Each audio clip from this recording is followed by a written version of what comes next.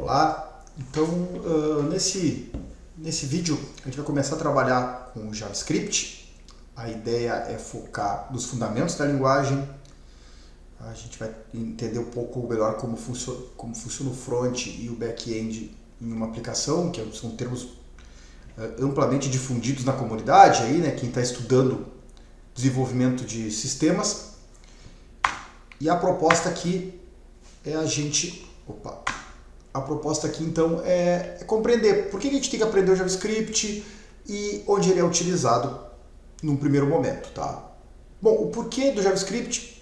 Hoje é muito difícil a gente trabalhar com desenvolvimento de sistemas web, mobile, seja para o fim que for ali, e o JavaScript não está de alguma forma presente. Então ela é uma linguagem que cresceu muito ao longo dos anos, né? Ela foi criada em 95 e dos primórdios dela ela era utilizada muito para fazer coisas triviais, entre aspas, né?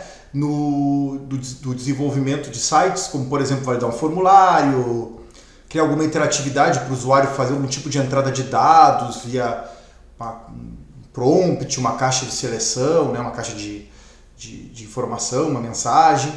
Então tinha os seus recursos de manipular algum elemento da tela, mas quando ela começou, o propósito dela era bem mais limitado, até porque naquela época, né, os próprios navegadores eram limitados, os recursos também não permitiam que se criasse animações, por exemplo, né, grandes funcionalidades, porque era a realidade do momento, né. Hoje o JavaScript está presente aí, tanto no desenvolvimento para dispositivos móveis, criação de jogos digitais, sites interativos, acesso a banco de dados. Então é uma linguagem bem completa e a gente vai dar uma olhada nela agora, tá? Tanto no front quanto no back-end, vou comentar agora, né? Então, o que seria essa ideia do front-end e back-end, né? Esse nosso curso, essa sequência de vídeos, né? A gente vai focar principalmente no front, na verdade fundamentalmente no front-end. Mas em linhas gerais, né? Qual é a ideia de nós termos ali o front e o back-end, né? O propósito é o seguinte: qualquer site que a gente acessa, nós como clientes, nós vamos acessar a internet vai no servidor, vai processar aquilo que a gente está pedindo e vai devolver para nós, certo? Então, o front-end é aquela divisão que se criou no desenvolvimento web, onde eu estou lidando com essa parte aqui, ó.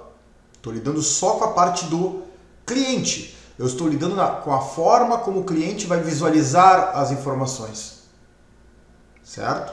E o back-end, né, que seria por trás ali, né?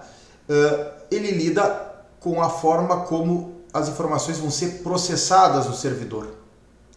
E o JavaScript ele pode estar presente no back-end, que existem outros recursos, né? Mas fundamentalmente ele está presente no front. Tá? Então a gente vai se restringir inicialmente ao front-end, ou seja, aquilo que o cliente está vendo. E aquilo que o cliente está vendo normalmente é composto de HTML, CSS e JavaScript. E é aqui que nós vamos trabalhar. Em um outro momento a gente pode olhar para o lado do back-end, onde existem outras formas de trabalho, como por exemplo utilizando Node.js e PHP, existem outras maneiras de trabalhar. Mas a gente vai se centrar nessa parte, front-end, HTML, CSS, JavaScript e como as informações são apresentadas para o usuário. Então, esse trio que a gente tem, ele vai ser fundamentalmente dividido em três partes. A estrutura em HTML, onde eu vou dizer o que é o grupo da minha página, o que é uma tabela, o que é uma lista, o que é um parágrafo, o que é um título. O CSS vai ter aparência, que eu vou dizer de que cor vai ser as coisas, onde elas vão estar posicionadas, o tamanho, se vai ter borda ou não vai ter borda, se vai ter cor de fundo. Então, toda essa parte fica na mão do CSS. E a interatividade vai ficar na mão do JavaScript. Certo? Então, aí como é que a gente vai fazer? De repente eu quero clicar no botão e trocar uma foto. Isso eu vou fazer em JavaScript. Aqui a analogia que a gente pode fazer é, se uma página for uma casa, o HTML são os tijolos, o CSS é a pintura e a decoração, e o JavaScript a eletricidade. É uma boa analogia para a gente trabalhar. Eu vou partir do ponto nesse vídeo que todo mundo tem uma base legal de HTML e CSS, pelo menos para acompanhar aí as aulas. E vamos dar uma olhadinha, então, no nosso primeiro exemplo. Vamos botar a mão na massa, tá? Eu vou trabalhar aqui com o VS Code. Tá? O Visual Studio Code é gratuito, é uma forma bem tranquila e amplamente utilizada também para programação web. Então eu vou trabalhar com ele, tá? A partir de agora eu só vou tirar a câmera porque a gente vai começar a trabalhar mais com código, então fica meio ruim, tendo a minha cara embaixo ali. Então eu vou tirar ela e nós vamos começar a trabalhar com código mesmo, tá bem? Bom, voltando então. Então aqui a gente vai criar nosso primeiro arquivo, então instalar o VS Code, Visual Studio Code. Eu já estou com ele aberto aqui, tá? Eu vou criar uma pastinha.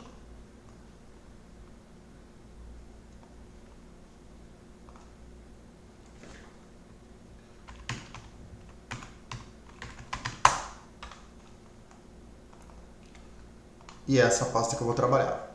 Tá? Então eu estou com a pasta aqui, certo? Então nessa pasta eu vou instalar a extensão Live Server.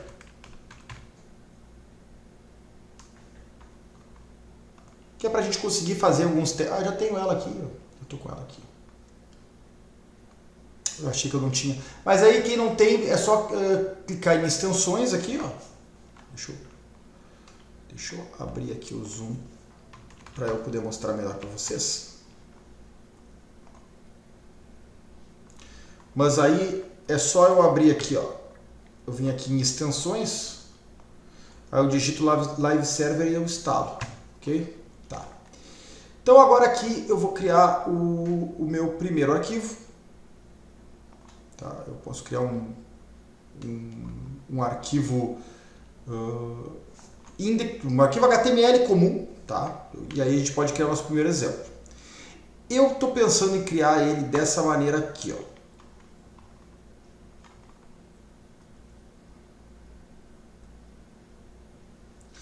Aqui no meu exemplo eu já estou criando os arquivos separados. É uma forma interessante de trabalhar já de cara. Eu acho que é assim que eu vou fazer mesmo, tá? Então eu vou vir aqui e eu vou criar um arquivo novo, que eu vou chamar de index.html, ou vou chamar de primeiro.html. 01.html, gostei. Tá? Então aqui eu vou colocar aquele HTML5. Tá? Vou botar que a minha linguagem é um português. E agora eu vou criar um arquivo que é o meu arquivo JavaScript. Eu vou chamar ele de script 01. Eu vou chamar de 01 também, gostei, 01. 01.js. Aí eu fico com 01.html e o 01.js. Tá? Então, como é que eu referencio um arquivo do outro? Eu venho aqui e eu coloco assim, script src igual 01.js. E aqui eu já estou referenciando aqui o meu arquivo JavaScript. Tá? Então eu vou dar um zoomzinho aqui para ficar melhor de ler. Se eu, por exemplo, pegar esse cara aqui e botar ele para rodar, para fazer isso eu botei botão direito, vou fazer de novo, botão direito Open com Live Server, tá? Se eu botar ele para rodar, ele vai estar aqui e nada acontece na página, mas está rodando, tá? Então, o que eu vou fazer agora? Eu vou vir aqui e eu vou fazer alguma coisa. Vou colocar um textinho só para ter graça aqui. E aqui eu vou do arquivo JS. O que eu vou fazer primeiro? Eu vou só escrever alguma coisa no console que é na saída padrão, tá? Que é na saída do navegador, mas que não aparece para o usuário.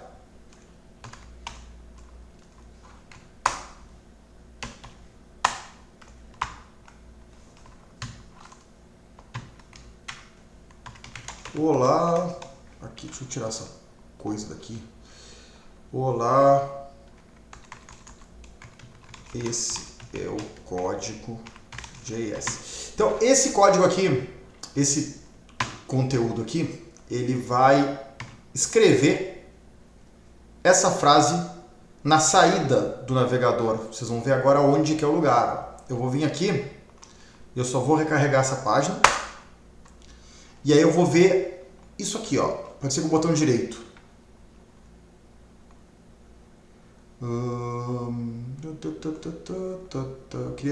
Eu sempre faço pelo atalho. Ó, ferramentas do programador pode ser, tá? Ou F12. O F12 já apresenta para nós, ó. Vocês digitarem F12, fica bom também, tá? Então, ó, vou botar para português isso aqui. Vamos lá. Ficou horrível. Mas, então o que acontece? Ele escreve esse código aqui na saída, ó, no console, que ele chamou agora de consola, porque eu aceitei em português, não sei porque que eu fiz isso. Então, aqui ele coloca a mensagem que é: olá, esse é o código JS. Tá? Então, esse é o código básico.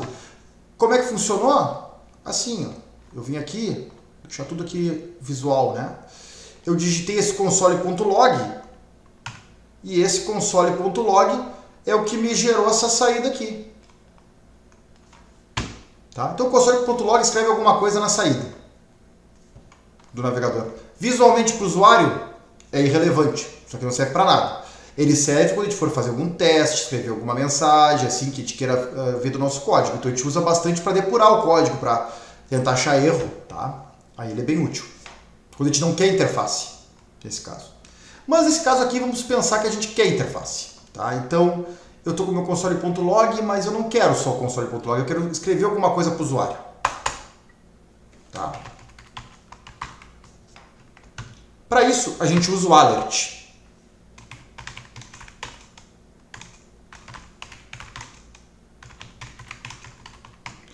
Ó, a gente usa o alert.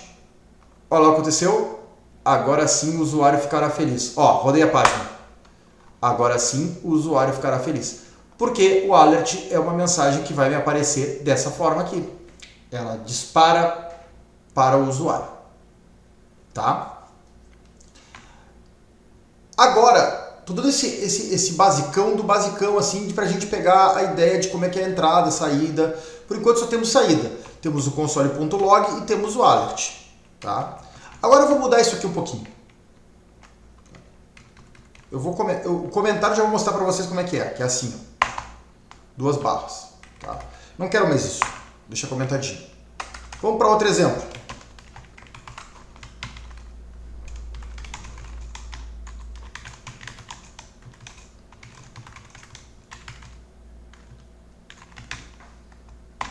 Por exemplo, isso. Alert. Opa. Alert. Qual é seu jogador de basquete preferido? Eu vou dividir essa tela em 2 para a gente ver o resultado. Ó, alert. Aqui, ó. Qual é seu jogo de basquete preferido? Essa pode ser uma pergunta para o usuário. Só que eu vou querer que ele me dê algum retorno. Então, eu vou botar, em vez de alert, eu vou botar prompt. Tá? E vou jogar esse valor numa variável.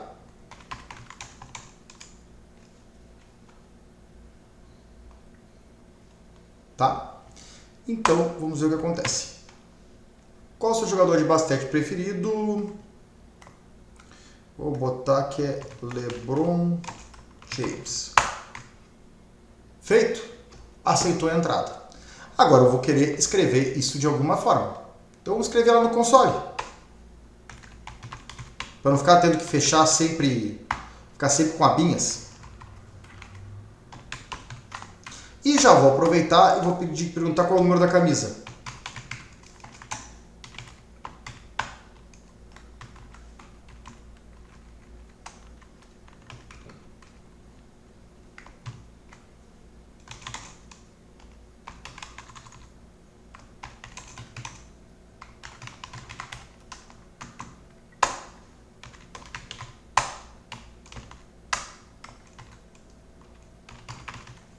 Ok? É isso. Então agora eu vou salvar. E ele vai me perguntar aqui, ó. Como eu estou com live server, eu salvo aqui, ele já pergunta lá, tá? É porque eu estou usando live server ali para isso. Qual é o seu jogador de basquete preferido? Vamos de novo. Leb. Cada vez eu vou escrever menos. Qual é o número da camisa dele? 23. Vamos ver o resultado? Tá aqui. Ó. Leb e 23. Quem está acostumado com o C, com linguagens aí que são mais tradicionais aí para aprender a programar, deve estranhar isso aqui, ó, porque eu não estou declarando nada, não estou tipando nada, estou simplesmente saindo e escrevendo aqui. Então isso aqui, esse detalhe é uma característica do JavaScript, essa flexibilidade que ele tem. Tu não tipa as variáveis explicitamente quando tu declara elas. Tá? Então, no entanto, assim, tem algum controle, que eu já vou mostrar. Mas, assim, fazendo desse jeito, ele funciona. Erro ele não dá. Por um lado eu tenho liberdade, por outro tem alguns cuidados que eu preciso tomar. Vamos ficar aqui ainda. Em vez de escrever nome mais camisa, eu quero escrever uma mensagem mais bonitinha. Então eu quero escrever assim, ó, nome do jogador, 2 pontos,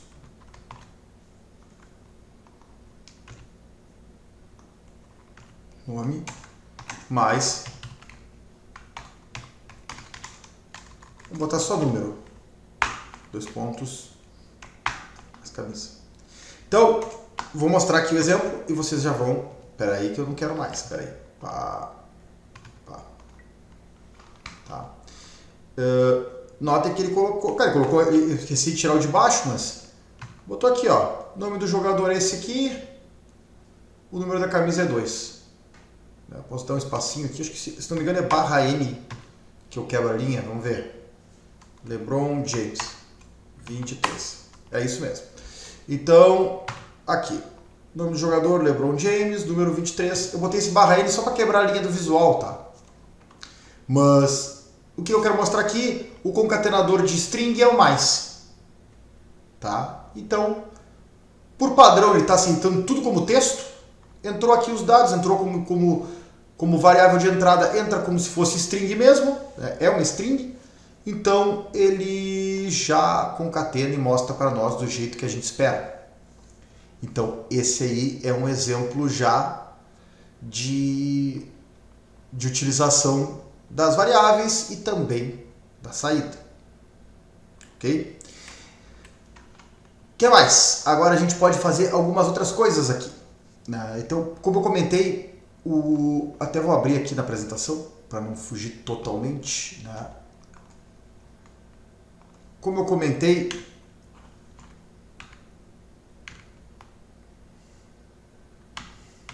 Deixa eu pular aqui que eu já mostrei isso. Como eu comentei, por padrão a gente não tem a tipagem. Tá? Mas a gente tem alguns tipos que são primitivos, que são os tipos básicos aí de dados do JavaScript. A gente tem uma string, que é o que a gente está trabalhando, por padrão, que a entrada de dados é texto, o number, o booleano, que é o true ou falso, o nulo e o undefined. Tá? Então, por exemplo, a diferença aqui é que o nulo tu atribui. Já vou explicar o let aqui. Mas o nulo tu atribui o valor. O undefined é quando tem algum problema. Quando eu não usei aquela variável, eu estou querendo botar o valor dela. Por exemplo, vamos lá. Eu venho aqui e faço o seguinte, ó.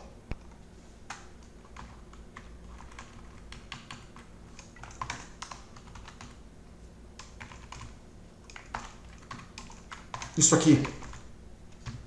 Ele não vai dar erro de compilação, tá? Ele vai rodar.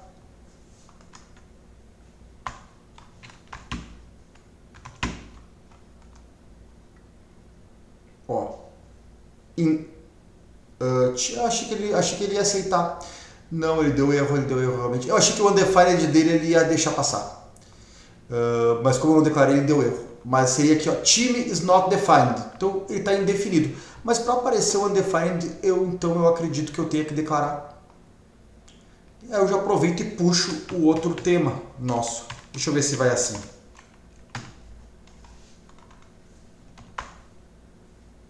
Eita.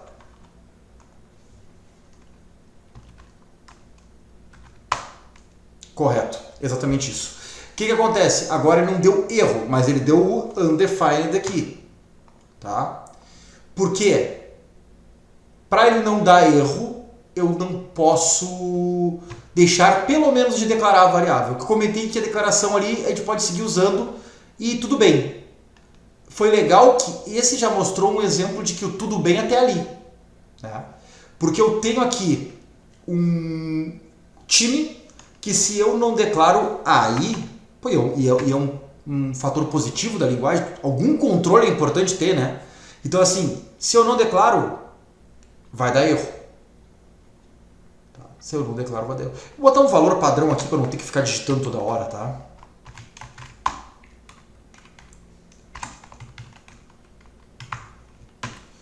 Mas acho que ficou claro agora, né? A gente pode vir aqui e ó, pera aí, deixa eu rodar de novo. Calma aí. Ó, Lebron 23, ó, deu erro, porque eu nem declarei a variável. Se eu declaro, ele não dá mais erro, mas ele fica undefined, igual, ó, pá. Então, pelo menos o que segurou o erro ali é que a variável foi declarada, com pelo menos isso. E agora, como é que a gente declarou? O método mais comum é assim, var de variável. Não tem tipagem explícita e eu vim aqui e só botei var time. A tipagem dela, da linguagem, ela permite muitas variações, tá? Por exemplo, eu posso vir aqui e dizer que o time dele é o Lakers. Notem que nem ponto e vírgula eu preciso botar mais. Estou escrevendo, o que encerra a linha é o dar um enter. Ó, deixa eu mostrar para vocês. Time Lakers. Certo? Tá aqui. O que é maluco é que eu posso vir aqui depois e dizer o seguinte, ó. Time é igual a 34. Console.log time.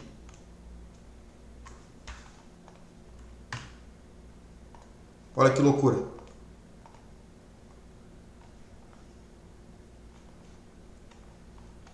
Deixa eu rodar de novo.